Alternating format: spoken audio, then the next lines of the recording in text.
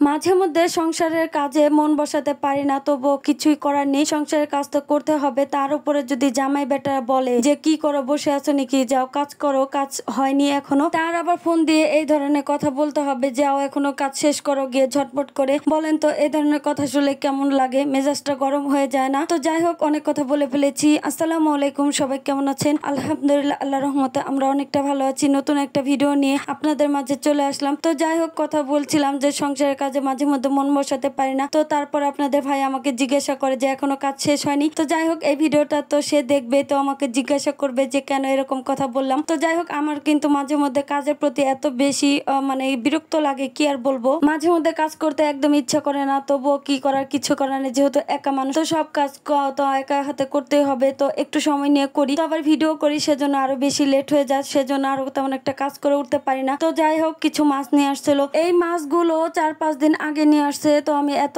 আলসেমি লাগছিল যে এই মাছগুলো আমি হাতি দেইনি। তো 2 পদ মাছ নিয়ে আসছে। তো শ্বশুর আব্বা চিংড়ি মাছ নিয়ে আসছিল, তো আপনাদের ভাইয়া ট্যাংরা মাছ নিয়ে আসছিল। তো আমি এভাবে রেখে দিয়েছি। এর সাথে কিছু তেলাপিয়া মাছও আছে, ফ্রিজে পরিষ্কার করতে হবে। তো আমি আলসেমির কারণে সেগুলো আর বের করলাম না। তো এই 2 পদই আমি গুছিয়ে তারপর ফ্রিজে রেখে দেবো। মাছ কাটাকাটি করতে আমার কাছে বেশ ভালোই লাগে, কিন্তু মাছ পরিষ্কার করতে একদমই ভালো লাগে না। মাছ যত বেশি পরিষ্কার করব তত কিন্তু খেতে ভালো লাগবে। তো অল্প পরিষ্কার করায় মাছ কিন্তু খাওয়া যায় না, আর অল্প পরিষ্কার করলে আমি খেতেও পারি না, অনেক বেশি সময় লাগে আমার। তো যাই হোক, অনেক কথা বলে ফেলেছি। তো ফ্রিজে মাছগুলো রেখে দেওয়ার পর আর তেমন একটা ভিডিও করার ইচ্ছে করেনি, আর করিও নাই। তো যাই হোক, তারপরে সকালবেলা একটু সুজির হালুয়া বানিয়ে নিয়েছি। ছেলে আর আমি সকালের নাস্তাটা করব। তো সুজির হালুয়া খেতে অনেক বেশি ভালো লাগে। তো আমার আব্বাজান অনেক বেশি পছন্দ করে কিশমিশ, তো সেজন্য একটু কিশমিশ দিলাম, আর বাদাম তো থাকবেই। তো এর সাথে আমি পরোটা বানিয়ে নিয়েছিলাম, মানে ফ্রোজেন করা ছিল, সেগুলো একটু ভেজে নিয়েছি। তো অফ ক্যামেরাতে মানে খেয়ে নিয়েছি। তারপর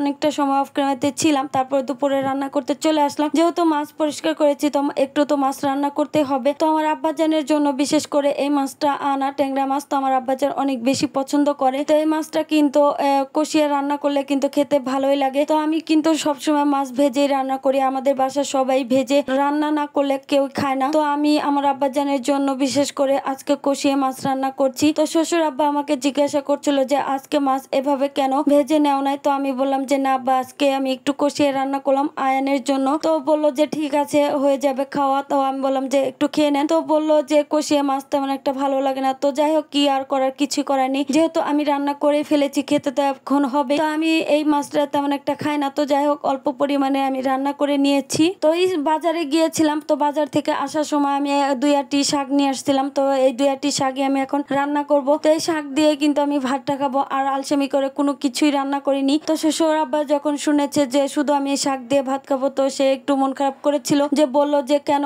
তুমি অন্য কোনো মাছ বের করে রান্না করে নিতে। তো আমি বললাম যে আব্বা, আমার এখন আর ভালো লাগছে না রান্না করতে, সেজন্য আর রান্না করিনি। তো যাই হোক, ভিডিওটা কেমন লাগলো অবশ্যই কিন্তু জানাবেন। আজ এ পর্যন্তই, আল্লাহ হাফেজ।